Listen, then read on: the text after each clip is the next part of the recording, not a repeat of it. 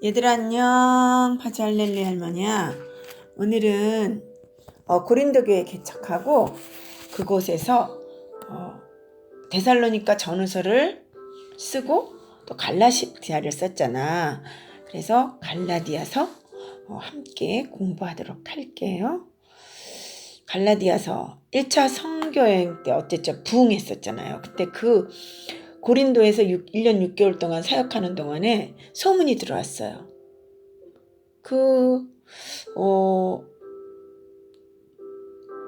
유대에서 율법, 모세 율법 지켜라, 또 할례 받아라, 이런 유대 선생들이 와가지고 막 갈라디아를 막 뒤집어 놓은 거예요. 그래서 그 교리 잘 정리하고요. 또 평신도 드리잖아요, 갈라디아 사람들이. 그래서 교리도 정리하고 율법과 할례, 예수님의 십자가와 부활, 이런 것을 변증해야 되는 커다란 과제를 가지고 다른 복음 없다. 내가 전한 복음이 진리다.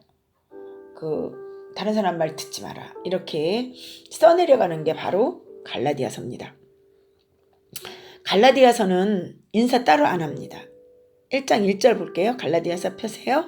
사람들에게서 난 것도 아니요 사람으로 말미암은 것도 아니요 오직 예수 그리스도와 그를 죽은 자 가운데서 살리신 하나님 아버지로 말미암아 사도된 바울은, 나는 사람한테 배운 것도 아니고 예수님의 계시를 받아 사도된 거야. 그래서 사도권이 나에게 있어. 12 제자는 아니었지만 예수님으로부터 직접 임명을 받은 나는 사도야. 이렇게 얘기를 합니다. 6절 볼게요. 그리스도의 은혜로 너희를 부르신 이를 이같이 속히 떠나 다른 복음을 따르는 것을 내가 이상하게 여긴다. 자, 갈라디아에서 1년 6개월 동안 지난 시간에 이렇게도 속히 복음을 떠나냐? 다른 복음 없다. 이상하다. 이렇게 말하는 거죠. 8절. 그러나 우리나 혹은 하늘로부터 온 천사라도 우리가 너희에게 전한 복음 외에 다른 복음을 전하면 저주를 받을지어다. 내가 다시 가서 전해도 그 복음을 전한다.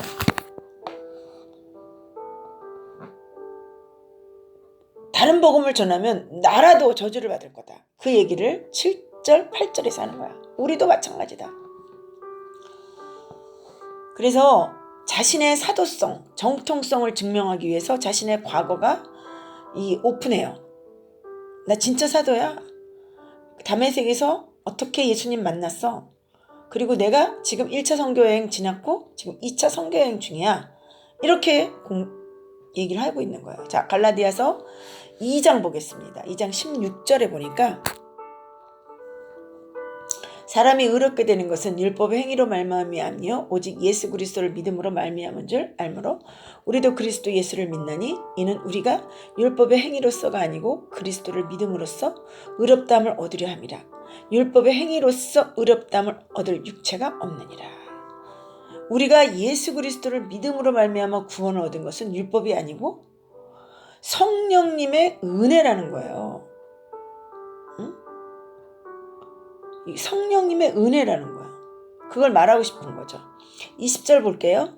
내가 그리스도와 함께 십자가에 못 박혔나니 그런즉 이제는 내가 사는 것이 아니요 오직 내 안에 그리스도께서 사는 것이라. 이제 내가 육체 가운데 사는 것은 나를 사랑하사 나를 위하여 자기 자신을 버리신 하나님의 아들을 믿는 믿음 안에서 사는 거다. 이게 바로 복음의 본질이에요. 이제 갈라디아서 3장에서 율법과 함께 예수님의 십자가, 고난, 부활을 변증해 나가게 되는 거죠. 3장부터는 바울의 변증이 시작됩니다. 갈라디아서 3장 1절 볼게요.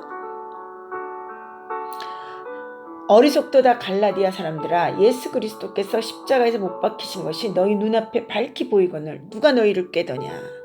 너네 옛날로 돌아가지 마라. 너네들 옛날에는 율법의 종이었어. 자유자가 아니었어. 왜 자꾸 옛날로 돌아가서 죄의 종이 되려 하느냐. 갈라디아 사람들을 말로 꼬였잖아요. 유대의 선생들이 와서 뭐라 그랬냐면 그때 너희들 예수를 믿음으로 구원받았지, 근데 너희들은 이방인이고 아브라함의 자손이 아니잖아, 이렇게 얘기한 거고. 그럼 아브라함의 자손이 아니니 그럼 뭐 해야 되나?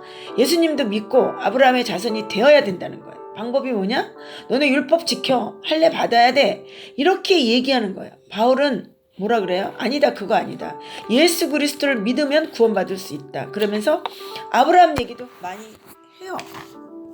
여러분, 로마서에서도 아브라함 얘기 많이 나옵니다. 왜냐하면 아브라함의 자손이 누구냐로 시작되는 게 바울의 구약을 풀어내는 방법이기 때문에 아브라함의 자손이 누구인지 얘기하는 거예요. 3장 2절, 갈라디아 3장 2절입니다. 내가 너희에게 다만 이것을 알려 하노니 너희 성령 받은 것이 율법의 행위로냐 혹은 듣고 믿음으로냐. 누구 때문에 예수를 주로 시인했냐는 거죠. 성령님 때문이잖아요. 그래, 너희를 율법이 아니야, 성령님께서 믿게 해주신 거야, 그렇게 얘기를 하는 거죠. 우리 창세기로 한번 잠깐 돌아가 보면요, 창세기 15장 6절에 이런 말씀이 나옵니다. 아브라함이 여호와를 믿으니 여호와께서 이를 그의 의로 여기시다. 그때 아브라함 모세율법 없었고요, 할례 없었습니다. 그래서 갈라디아에서 그걸 인용합니다. 아브라함이 하나님을 믿음에 그것을 그에게 의로 정하셨다 함과 같으니라. 믿음의 관건이 뭐냐? 믿음으로 말미암아 의인이 된다는 건 하나님의 신실하심을 믿는 거예요. 신약 시대에서는 그리스도께서 언약이 성취되고 언약의 실제이신 예수 그리스도를 믿기만 하면 우리는 의인이 되는 거예요. 이게 관건이에요. 13절에 너네들 율법이 아니야, 성령님께서 그렇게 믿게 해준 거야 라고 얘기해요. 우리가 예수를 믿는 거는요, 성령이 아니하고는 예수를 주라 시인할 수가 없습니다. 그 얘기하는 거예요. 자, 우리 13절 한번 볼게요. 갈라디아서 3장 13절, 율법의 저주에 대해서 얘기합니다. 14절, 율법을 다 지키지 못해서 율법의 저주를 받았다. 율법을 다 지키지 못하면 우리가 구원받지 못한다는 거, 구약의 내용이 아니다, 이렇게 이야기합니다. 율법으로는 구원을 받지 못하기 때문에 하나님께서 다른 길을 주신 거예요. 다른 구원의 길을 주셨다. 그게 뭐냐? 믿음으로 구원받는 거다. 믿음으로, 예수 그리스도를 믿음으로, 예수 그리스도를 믿기만 하면 구원받는데, 이게 믿게 해주는 게 누구의 일이냐? 성령님이신 거예요. 성령님이 아니하고는 믿을 수 없고 성령님이 아니고는 율법을 지킬 수 없다고 얘기한 거예요. 4장으로 넘어갈게요. 이걸 다 할 수는 없어요. 그렇지. 4장 22절 볼게요. 여기 보면 하갈과 사라가 비유됩니다. 하갈, 사라의 종이잖아요. 율법으로 비유합니다. 사라는 구원받고 자유하는 자유자로 비유하잖아요. 4장 28절에 형제들아 너희는 이삭과 같이 약속의 자녀라. 종이 아니다고 말합니다. 하갈처럼 율법을 지켜야 하나님의 자녀가 되는 것이 아니고, 원래 율법이 뭐냐? 자, 5장 14절에 이렇게 나옵니다. 온 율법은 내 이웃 사랑하기를 내 자신같이 하라 하신 말씀에서 이루어졌나니 하나님 사랑, 이웃 사랑이 율법이에요. 이웃사랑을 하려면 내 안에 사랑이 있어야 되는데 성령님께서 우리를 믿게 해주셨잖아요. 우리 안에 사랑할 수 있게끔 해주시겠다는 거죠. 성령의 열매를 맺게 해주시기로 해주셨다는 거예요.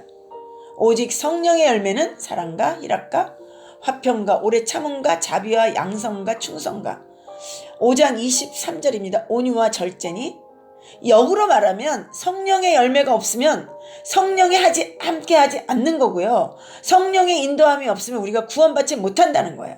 성령님께서 우리를 믿게 해주셔서 우리가 구원받는 거예요. 그러니까 이 어리석도다 갈라디아 사람들아, 안타까운 마음으로 왜 너희를 율법으로 다시 돌아가려고 그러느냐? 성령으로 시작해서 율법으로 마치려고 하느냐? 율법으로 돌아가지 마라. 자, 갈라디아서 5장 12절에는 너희를 어지럽게 하는 자들은 스스로 베어버리기를 원하느냐? 너희 할례가 그렇게 좋으냐? 베어버리라. 퍼건이죠. 자, 6장 가겠습니다. 갈라디아서 6장 17절. 이후로는 누구든지 나를 괴롭게 하지 말라. 내가 내 몸에 예수의 흔적을 지니고 있다. 나는 할례자라는 비유할 수 없는 예수님의 흔적이 있다. 내 몸에 복음의 십자가의 흔적이 있다. 나를 괴롭게 하지 말라. 그렇게 하는 거예요. 갈라디아서는 정말 화가 나고 분통이 터져서 쓴 편지인 거야. 갈라디아서 한번 정리해 볼게요. 옛날로 돌아가지 마라. 내가 전한 복음이 맞다. 아브라함의 자손이 누군지 알겠지? 예수 그리스도를 믿기만 하면 아브라함의 자손이야. 너네 예수 믿는 거 율법의 행위가 아니고 성령님께서 믿게 해준 거야 하는 것이 변증이에요. 갈라디아서요. 간단하게 정리했습니다. 바울의 할례간. 할례로 무할례도 다 효력이 없고 그리스도 안에서 사랑 안에서 역사하는 믿음이 중요하다고 얘기하는 거죠. 6장 15절 한번 볼게요. 할례, 무할례 다 필요 없고 하나님의 새 백성이 되는 게 예수 그리스도의 믿음인 거예요. 이거 로마서에도 나와요. 아브라함이 무할례 시의 의인이란 칭함을 받았잖아요. 로마서 4장 11절에 그가 할례의 표를 받은 것은 무할례 시에 믿음으로 된 의를 인친 것이니 이는 무할례자로서 믿는 모든 자의 조상이 되어 그들도 의로 여기심을 얻게 하렵니다. 아브라함도 무할례 시의 의인이라는 칭함을 받았어. 저 12절에 보면 또한 할례자의 조상이 되었어. 할례 받은 자에게 뿐 아니라 우리 조상 아브라함이 무할례 시에 가졌던 믿음의 자취를 따르는 자들에게도 그러하니라. 이게 바울의 할례간이에요. 이 할례는 믿음으로 의인이 되는 것을 입증할 뿐 아니라 할례, 무할례 다 필요 없다. 중요한 것은 믿음이고 하나님에 대한 그 신실하시게 하는 사랑을 깨달아 아는 것이다. 말씀을 지키는 거다. 고린도전서에도 나와요.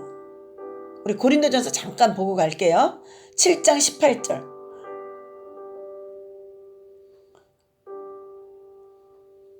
할례자로서 부르심을 받은 자가 있느냐? 무할례자가 되지 말며 무할례자로서 부르심을 받는 자가 있느냐? 할례 받지 마라. 할례 받는 것도 아무것도 아니요 할례 받지 않는 것도 아무것도 아니로되 오직 하나님의 계명을 지키는 자다. 이렇게 얘기합니다. 우리 갈라디아서 굉장히 중요한 내용이기 때문에 전체를 한번 훑어봤습니다. 자, 이제 고린도에서 데살로니가 전후서 쓰고 갈라디아서 쓰고 이제 사도행전으로 넘어왔어요. 사도행전으로 넘어와서 이제 고린도를 떠나서 2차 선교여행을 마무리합니다.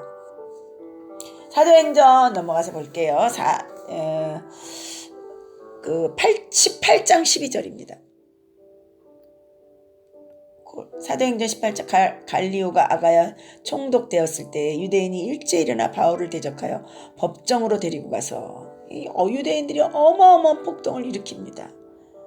왜? 바울은 어느 도시를 가든지 그 도시를 뒤집어 놓습니다. 그러니까 이방인들이 폭동을 일으키거나 유대인들이 폭동을 일으켜서 목숨이 위험한 거예요. 그만큼 바울은 복음을 들고 가는 것마다 능력 전도를 하잖아요. 말씀 전도. 이방인들은 하나님 믿게 하고 대단하죠. 성령님의 도우심으로 어마어마한 기적과 능력이 일어나니까 도시가 다 뒤집어지는 거예요. 자, 18절 볼게요. 사도행전 18장 18절. 바울은 더 여러 날 머물다가 형제들과 고린도에서 작별하고 고린도에서 배 타고 수리아로 떠나갈세. 브리스길라와 아굴라 또 함께 가더라. 바울이 일찍이 서원이 있었으므로 갱그리아에서 머리를 깎았더라. 갱그리아는 그 항구예요. 갱그리아 교회도 나오죠. 거기서 이제 에베소로 가는 거죠. 그래서 에베소에서 이 부부랑 약속한 것 같아요. 무슨 약속? 나는 지금 배 타고 예루살렘 들러서 안디오기 가서 선교 보고 하고 그쪽도 살펴보고 그 윗지방 갈라디아 교회에 돌아보고 다시 에베소로 올 테니까 이 큰 도시 에베소를 공략할 수 있도록 준비하고 있어라. 이에 에베소에서 이 부부와 나누어지게 됩니다. 그래서 작별하여 이르되 만일 하나님의 뜻이면 너희에게 돌아오리라 하고 배를 타고 에베소를 떠나 어디로 가냐? 가이사랴로 갑니다. 항상 가이사랴로 가요. 항구거든요. 인공항구를 만들어 놨어요. 원래는 해변인데 배를 대게 하려고 대헤롯이 여기에 인공항구를 만들어서 황제에게 바쳤죠. 가이사랴가 들러서 가이사랴에도 교회가 있어요. 선교보고 하고 예루살렘에 들러서 2차 선교보고 하고 안디옥에 갑니다. 수리아 안디옥 가서 보살피고 3차 선교여행 짜고 여기까지가 2차 선교여행 끝납니다. 3차 10가에서 우리 에베소 교회 개척하고 3차 선교여행 보도록 하겠습니다. 우리 한번 고린도 교회 개척하고 데살로니가 전후서 갈라디아서 공부하고 이거를 전부 한번 빌립보 교회 데살로니가 교회 개척한 2차 선교여행 전체를 한번 마무리해 볼게요. 신약 성경에 나오는 최초의 서신서는 2차 선교여행 중 고린도전서에서 쓴 데살로니가 전후서입니다. 그리고 그 이에 갈라디아서가 기록됩니다. 1차 선교여행 중에 복음을 받았던 갈라디아 교인들이 얼마나 이적과 기적을 많이 보았습니까? 그런데 바울이 고린도에 와 있을 쯤에는 복음에서 쉽게 떠나가 버렸습니다. 바울이 떠난 다음 유대 율법 선생이 나타나서 가르치자 갈라디아 교인들이 바울의 말을 의심하고 바울을 배신한 겁니다. 바울이 왜 지금 이렇게 고린도에서 고생을 하고 있습니까? 이방신들과 유대의 율법 규례에 묶여있는 그들을 자유케 하려는 것 아닙니까? 그런데 갈라디아 교인이 또다시 과거로 되돌아가는 모습을 보고 아주 속상해하고 있습니다. 잡았던 새나 물고기를 놓치는 느낌? 그런 것 같아요. 그런데 갈라디아 교인들만의 문제가 아니라 사실은 종교의 공문서까지 가결하였던 베드로, 이방 선교에 동참했던 바나바까지도 그 규례에서 자유로지 못하고 유대인의 눈을 두려워했던 사실에도 분통이 터지는 듯합니다. 금방 공문서 가결한 대표들 역시 그렇게 자유하지 못하니 갈라디아 유대인들이야 오죽 하겠습니까? 이런저런 착잡한 심경이 갈라디아서에서 심하게 묻어납니다. 이 진한 억하 심정을 누르고 다시 마음을 모아 차근차근 복음의 자유에 대해 설명하고 있습니다.